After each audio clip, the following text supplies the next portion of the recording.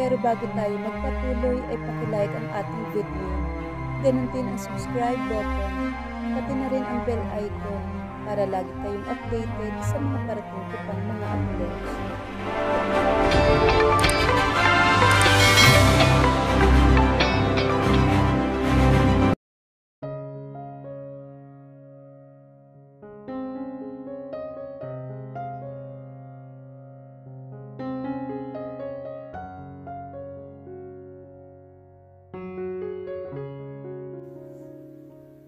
Jackson, I think Sandro is a nice guy. Bakit hindi mo nalang hayaan sila ni Elena na maging masaya? Talagang hindi ka nakikinig sa sinasabi ko. Ang hinahangad ko ay maging akin siya. Hanggang sa dulo. Paano mo nasabi? Kakakilala mo lang yun sa tao. Sasabihin mo agad na mabait? Stupid. Muling bulyaw nito. Napabuntong hininga na lamang siya. You're waiting for someone na akala mo ba tamang pagmamahal yun? Sarkastikong sabi niya dito. Shut up! Sigaw nito. Nakakainis na talaga siya. Ano ba talaga ang problema nito? Jackson, pwede mo naman akong kausapin ng hindi sumisigaw. Madiing wika niya rito. Magsasalita na sana ito nang magring ang phone niya. Kinuha niya iyon sa suot niyang maliit na sling bag. Si Elena ang tumatawag.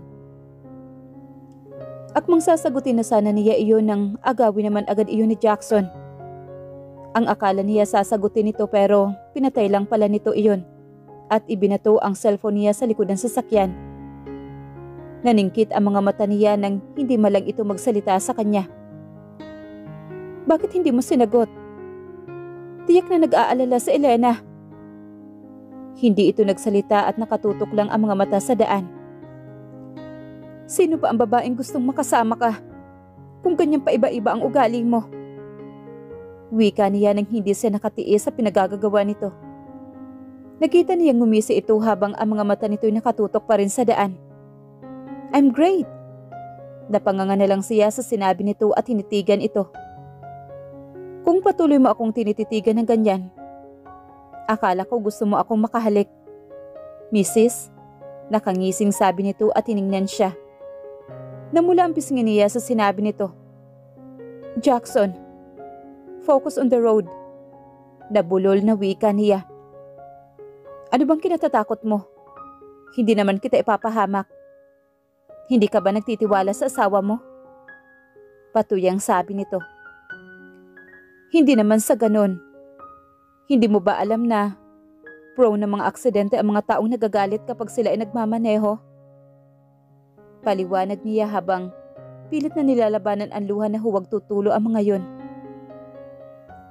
Marunong ka na din pagsabihan ako kung ano ang hindi dapat at dapat kong gawin? Bulyaw na sabi nito. No, of course not. Sinasabi ko lang naman kung ano ang nalalaman ko. And besides, kausapin mo naman ako na mahinahon. At natatakot ako sa pagtaas ng boses mo. Inis na wika niya rito. Sinong babae ang gugustuhin makasama ka?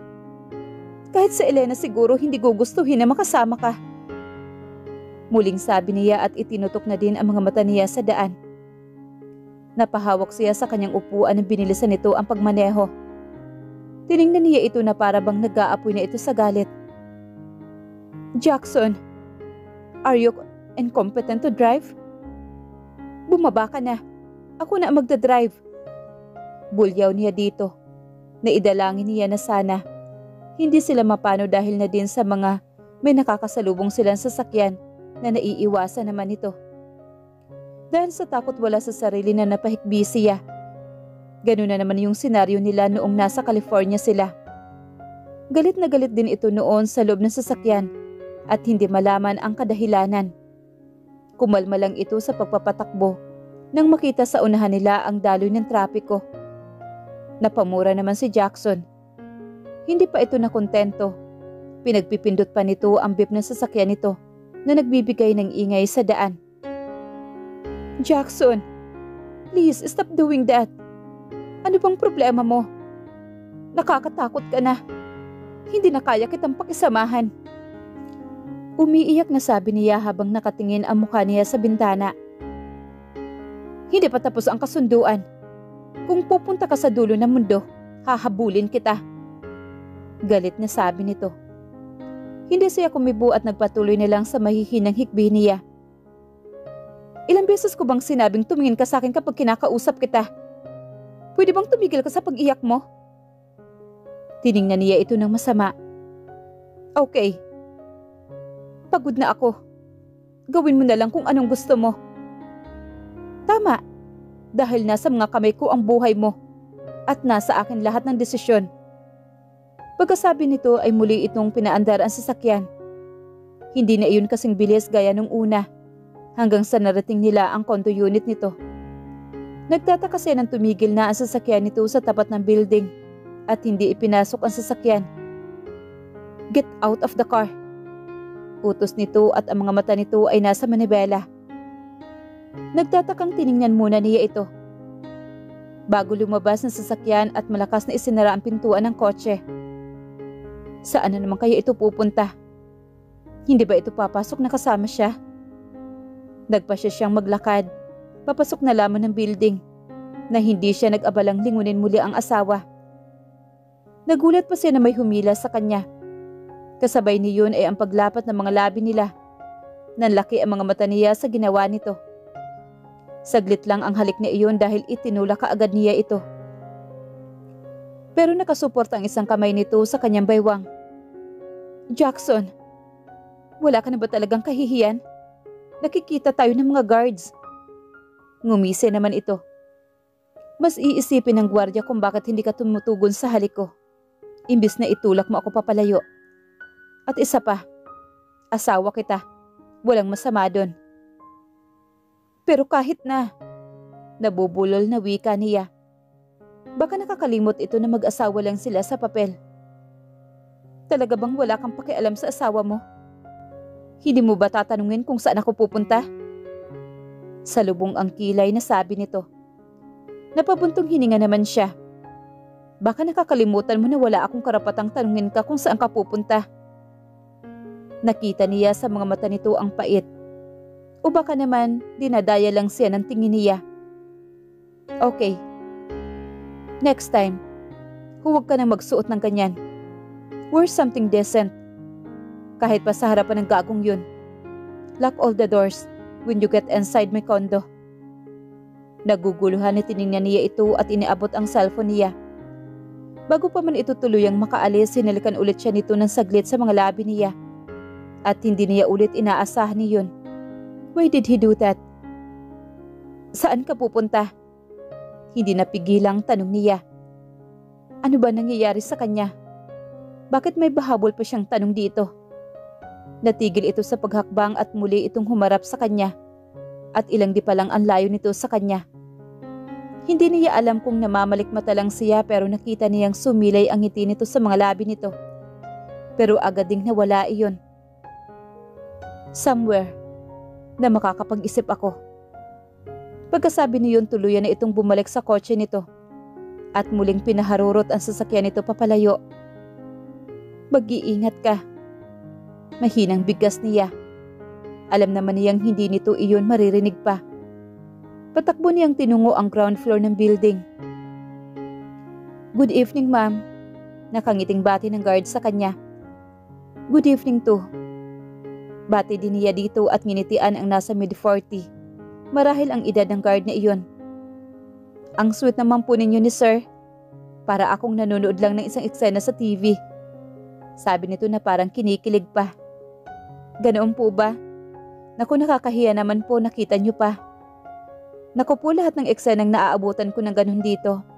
Kayo lang ni sir ang nagustuhan ko. Kakaiba at hindi ako nabitin sa panunood. Kahit wala akong narinig. Natatawang sabi nito. Ngumiti naman siya sa sinabi nito. Sige po, papasok na po ako. Sabi na lang niya at baka humaba pa ang usapan nila naman ng gwardya. Mabilis siyang pumasok sa elevator at pinindot ang button kung nasaan ang unit ng asawa. Pagkatapos ng ilang saglit narating niya ang ground floor, kung saan ang unit ng asawa at pinindot niya ang piniyon. Ipinagkatiwala din sa kanya ng asawa ang pin nito. Nang makapasok siya sa unit, agad siyang umupo sa couch. Tinanggal niya ang jacket na isinuot sa kanya ng asawa. Gulong-gulo na ang utak niya sa mga nangyayari sa kanila ni Jackson. Noong nasa bahay sila ni Elena, galit na galit si Jackson sa hindi malamang kadahilanan. Pero nang narating nila ang building ng kondo nito, hindi niya alam pero parang may kakaiba dito. Nag-isip siya ng malalim.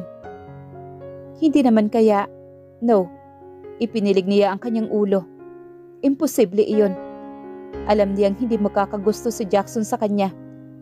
Sana naman mag-iingat si Jackson sa pupuntahan nito. Tumayo siya at tinungo ang kanyang silid. Nagpagpasyahan niyang maligo na lang at baka mahimasmasan pa siya sa mga nangyayari. Hawak ni Jackson ang isang bote ng beer habang nakatutok ang mga mata sa babaeng sumasayaw sa poste. Magaling siyang sumayaw at gumagalaw ang balakang nito. It was nice to see women when they dance like that. Pero para sa kanya, hindi pa rin desenteng tingnan ang ganoong klase ng trabaho ng mga ito. Gaya nila ng babaeng katabi niya at lantaran siyang inaakit. Mister, baka gusto mong samahan kita ngayong gabi. Sabi nitong pinaikot-ikot nito ang isang daliri sa kanyang punong tainga. Napangisi siya sa sinasabi nito at hindi ito pinapansin. Hindi na niya maalala kung kailan siya huling beses na pumunta sa eksklusibong club na iyon. He was about to build an exclusive club. Pero pinigilan naman siya ni Elena. Natatandaan niya ang sinabi nito noon. Don't bro. You just hire women to do such an indecent dance and watch them with men. Kung hindi lang na kayang magpakadesente sa mga sarili nila din, ikaw sana ang mag-umpisa niyon. Walang sasayaw na babae ng ganoon kung walang clubs. Huwag na huwag kang magtatayo ng ganyan at huwag mong dagdagan. Pakiusap. Iyon talaga ang nagustuhan niya kay Elena. She was really humble. Si Elena na inuna lagi ang kapakanan ng iba, pero ang sariling kapakanan niya hindi nito iniisip. Si Elena na laging nakikiusap sa kanya. Kapag ayaw at gusto nito ang isang bagay, kaagad niya itong pinagbibigyan. Bakit hindi mo hayaan na maging masaya si Elena? Naalala naman niya ang sinabi ng asawa niya sa loob ng kotse. He really wanted Elena to be happy. Pero ayaw naman niyang iwan siya nito sa ere. He also wanted himself to be happy too. Pero bakit nitong ilang araw pa lamang, hindi lang sa Elena ang gusto niyang maangkin. Naguguluhan siya nitong mga nakaraang araw. Hanggang ngayon nagagalit pa rin ang kalooban niya sa tuwing naalala niya ang eksenang naabutan niya sa asawa niya at si Sandro. He really wanted to punch him on the face. Mabuti na lang at nakapagtimpi siya dahil kung hindi sira ang plano niya. Ouch! Yang kamay ko, huwag mo naman baliin. Hiyaw ng babaeng katabi niya. Hindi niya namalayang dinudurog na pala niya ng sobraan ng higpit ang kanang kamay nito. Jerk! Sabay sabi ng babae at iniwan siya. Muli siyang napangisi. Mas gusto niyang uminom na mag-isa kaysa ang magyaya ng kaibigan o kahit na sino. He occupied the VIP seats and he wants privacy. Pero may babae talagang kusang lumalapit sa kanya dahil malakas ang karisma niya. Muli niyang pinanood ang babaeng walang tigil sa pagsasayaw may kalayuan sa kanya at muling lumagok ng alak. Ano nga ba talaga ang problema niya kung bakit nasa club siya? The last time na pumunta siya ng club ay iyong sinabi ni Elena na engaged na ito. Galit na galit siya ng araw na iyon. Nakipagbugbugan pa nga siya sa labas ng club nang makakita siya ng babaeng binabastos ng dalawang kalalakihan. At ngayon bakit nararamdaman niya ulit iyon? At bakit parang gulong-gulo talaga siya? Hindi ba iyon naman ang gusto niya? Ang akitin ng asawa niya ang tarantadong si Sandro. He already misses his wife's lips and even hunger to kiss her. Nang ihatid niya sa kondo ang asawa kanina, hindi niya mapigilan ang sarili na halikan ito. Napapailing na lang siya at tumungga ng alak. Nahagip na mga mata niya ang babaeng pamilyar sa kanya at mukhang kapapasok lang nito. Naalala niya ang maliit nitong matigas na dibdib, ngunit malaking balakang na nagbibigay kasiyahan sa kanyang sensitibo. Lumingalinga siya sa paligid at nang magtama ang kanilang mga mata, ay naglaro siya ng maliit na ngiti sa kanyang mga labi. Lumapit ito sa kanya. Naglaro ang ngiti sa mga labi ni Jackson at alam na niya ang susunod na mangyayari. Tiyak na tutulungan siya nito. Kinabukasan nagising si Eunice sa tunog ng alarm clock sa bedside table. Nagunat muna siya bago kinuha iyon at pinatay. Bumalik pa siya at umupo na muna siya sa gilid ng kama. Alas 6 siyang nagigising upang ipagluto ang asawa ng almusal nito. Alas 8 kasi itong pumapasok sa opisina. Nagigising siya tuwing umaga para ihanda ng almusal ang asawa. Pakiramdam din niya parang nagkulang siya sa tulog. Mahapdi kasi ang mga mata niya. Hindi niya alam kung ilang oras siyang nakatulog kagabi. Dahil sa kakaisip sa asawa at hanggang ngayon, ito pa rin ang iniisip niya. Agad siyang bumangon at dumiretso sa banyo. Matapos gawin ang kanyang morning routine, ay lumabas na siya sa kanyang kwarto. As usual, ang tahimik sa labas. Malamang nakauwi na din ang asawa niya mula pa kagabi. Pero ang totoo, gising pa siya ng hanggang 1:00 na madaling araw. Hinihintay niya ito, ilang beses siyang lumabas-pasok sa kanyang silid kung dumating na ba talaga ito. Sa hulit-huli napagod din siya sa kakahintay at pumasok na lang sa loob ng kanyang silid at doon niya ipinagpatuloy ang mag-isip ng malalim. At hindi niya alam kung anong oras na siya nakatulog at ngayon nga pakiramdam niya parang bangag siya. Tinungo niya ang ref at kinuha doon ang lulutuin.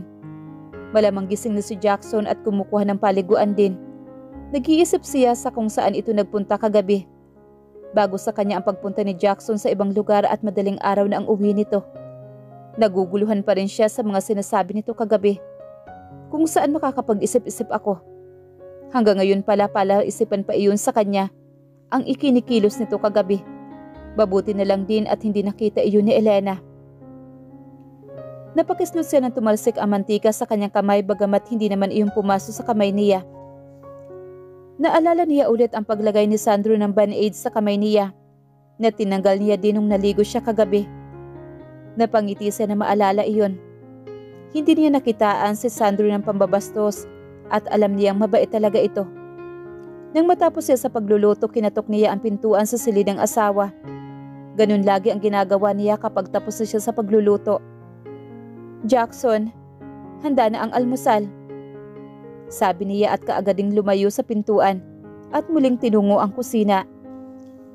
Everything was fixed on the table and she was waiting her bossy husband. Sabay kasi silang dalawa na kumakain. Siya din ang namamalansya ng mga suot nito sa opisina. Pwera na lang ang paglalaba dahil may ibang tao silang inuutusan niyon. Naglilinis din siya ng loob ng kondo nito. Walang kaso sa kanya kung ano ang ipapagawa sa kanya ni Jackson. Ang hindi lang niya matiis ay ang pagbabago ng timpla ng ugali nito. Ilang minuto ang lumipas, hindi lumalabas si Jackson. Napagpasyahan niyang pumunta ulit sa silid nito at kumatok ulit. Jackson, malilate ka na sa opisina. Muling sabi niya. Tiningnan niya ang orasan, 7:00 na. Nakapagtataka na late na ito. Si Jackson na yata ang kilala niya na perfectionist. Pagdating sa trabaho, ayaw na ayaw nitong malilate na kahit pa CEO pa ito ng kumpanya nila. Siguro dahil na late na ito na nakauwi ng kondo, kaya malamang nakatulog pa ito. Gigisingin na lang niya ulit ito. Kumatok siya ng kumatok pero wala pa ring nagbubukas niyon. Sinubukan niyang buksan ang seradora ng pintuan nito. Nakapagtataka at hindi iyon nakalak. Inilingan niya ang silid nito at walang bakas ni Jackson dahil maayos ang kama nito na inayos niya kahapon. Saan ito nagpunta? Baka naman hindi ito umuwi kagabi. Tila nakaramdam siya ng lungkot sa isiping iyon. Lumabas siya ng silid at tinungo ang silid niya. Kinuha niya ang cellphone niya. Tatawagan niya ba ito? Ayaw niyang isipin ni Jackson na nag-aalala siya dito. Kaya nagpasya din siyang ibaba iyon at muling lumabas ng silid. Pero kasi hindi talaga siya mapakali. Kaya muli siyang bumalik sa silid at tinawagan na ito. Nakailang ring pa iyon ang sagutin nito. Hello Jackson, nasaan ka? Tanong agad niya nang hindi nagpaligoy-ligoy pa.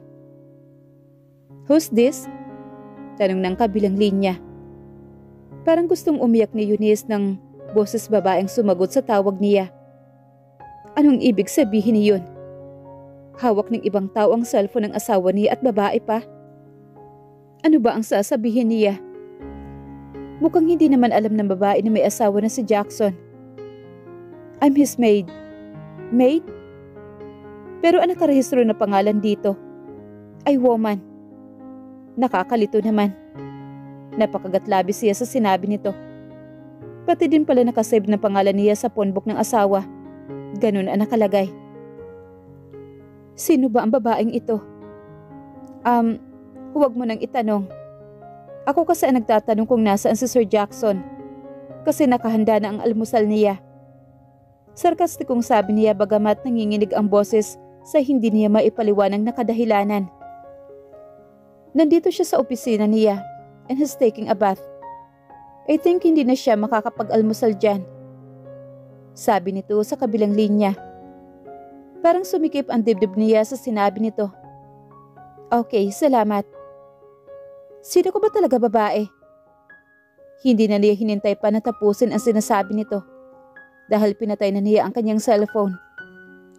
Nagpupuyos ang kalooban na lumabas na lamang siya ng silid at tinungo ang kusina. Kinuha niya ang lunchbox at napagplanuhan na ilagay doon ang almusal ng asawa. Mabuti na lang at tapos na siya mag-almusal. Mabilis niyang nailagay ang mga iyon at nagmamadaling pumunta ito sa opisina nito. Hindi niya alam pero may kung ano sa isip niya na nagtulak sa kanya na pumunta sa opisina nito. Nang marating niya ang opisina nito, wala pa ang mga empleyado nito. Dahil maaga pa, pinapasok siya ng gwardya sa baba dahil kilala naman siya nito. Kumatok muna siya sa pintuan ng opisina ng asawa niya. Bumukas ang pintuan at iniluwa niyon ang isang babaeng maputi. Matangos ang ilong at bilugan ang mga mata. In fact, maganda naman talaga ito. Mas matangkad nga lang siya dito ng 3 pulgada marahil. Basa pa ang buhok nito at nakasuot ito ng roba. Parang itinulo siya sa kanyang kinatatayuan sa kanyang nasaksihan. Si Jackson. May dinalang babae sa opisina nito. Yes? Who are you? Tanong agad nito at pinasadahan siya ng tingin mula ulo hanggang paa. Kasabay nito ay ang pagtaas ng isang kilay nito. Nakaramdam ulit siya ng punyal na parabang tumutusok iyon sa kaibuturan ng puso niya. Miss? Napakurap-kurap naman siya. Nandito ba si Sir Jackson? Tanong naman niya dito. Oo, nandito siya. Wait, ikaw ba yung maid na tumawag sa kanya kanina? Tanong naman ito. Itinago niya sa kanyang likuran ang hawak na lunchbox. Hindi, isa ako sa mga cleaners dito. Itatanong ko lang sana kung magpapalinis siya dito, sa opisina niya. Mukhang marumi na kasi pero sa tingin ko, mamaya na lang. Baka kasi mahirapan akong tanggalin ang dumi na nandito kasi kapit na kapit pa. Sige, aalis na ako. Sarkastikong sabi niya at muling nilisan ang opisina nito, na hindi na niya narinig pa ang sinabi ng babaeng yon. Ang bababoy nila. Kasal sila ni Jackson pero bakit nagdala ito ng kung sinong babae sa opisina nito? At hindi lang iyon, malamang may ginawa ang mga ito. Hindi siya tanga sa ganoong sitwasyon na naabutan niya. Nang makalabas siya ng gusali ay naramdaman niya ang mainit na likido na bumaba mula sa kanyang mga pisngi. Nang marating niya ang unit, nanginginig ang mga kamay na pinindot niya ang pinto nang makapasok siya. Ibinaba niya ang lunchbox sa mesa. At nagmamadali siyang tinungo ang kanyang silid at pabagsak na humiga sa kama. Ano bang nangyayari sa kanya? Bakit siya nasasaktan? Dinaman niya ang dibdib niya at sa tingin niya isa lang ang tinitibok nito at ipinahihiwatig niyon. Walang iba kung hindi si Jackson. Oo, inaamin niya na mahal na niya ang kanyang asawa. Pinangalanan din niya ang kanyang nararamdaman. Hindi niya alam kung paano pero sa tingin niya, mahihirapan siyang pangalagaan iyon. At ewan na lang niya kung hanggang saan siya kakapit. Na alam naman niya na imposibleng mahalin din siya ni Jackson. Jackson, may tagalinis ka ba dito sa opisina mo? Tanong naman ni Allison kay Jackson nang makalabas lang mula sa kwarto habang inilalagay niya ang botones sa kanyang polo. What kind of questions that? Of course, as you can see, malinis ang opisina ko. Kanina kasi may babaeng pumunta dito. She wears long sleeve, denim pants, and a rubber shoes at sinabing maglilinis daw siya dito. And when she said that, she just left word. May maganda ka palang tagalinis dito, she said and smirked. Hindi pinansin ni Jackson ang sinabi ng babaeng kaharap niya. Anong oras ka aalis? You mean pinaaalis mo na ako? After what I contributed last night? Yap, kung pwede ngayon na, sabi naman niya. Pagkatapos kitang samahan na magdamag, ganyan lang ang sasabihin mo? Hindi ka pa rin talaga nagbabago. Natatawang sabi nito. Ayokong magkaroon ng issue dito, lalo na sa opisina ko. Ilang minuto na lang at darating na ang mga empleyado ko. Wait, nagpa-deliver pa ako ng breakfast natin, sabi nito at nilapitan siya nito at tinayos nito ang necktie na suot niya. Dan, nang maayos nito ang suot niyang necktie, ay kaagad din itong lumayo sa kanya. Allison is one of his closest friends na nakilala niya sa club na iyon dahil sa dalawang lalaking ng bastos dito noon na tinulungan niya ito. Maliit nga lang talaga ang mundo dahil kilala pala nito si Paula at hindi lang basta kilala. Ito ang kasama niya kagabi. Kagagaling lang daw nito sa Switzerland at nang magbalik ito, 2 araw na nakakaraan, kaagad itong dumiretso sa club at nagulat din ito dahil naabutan siya nito. He got drunk last night at si Allison ang tumulong sa kanya na maihatid siya sa kanyang office at doon na din natulog. Hindi siya pwedeng magpahatid sa kondo niya na nasa ganung ayos. And besides, his wife was there. He wasn't expecting anything. Kung nag-aalala ba ang asawa na hindi siya umuwi kagabi.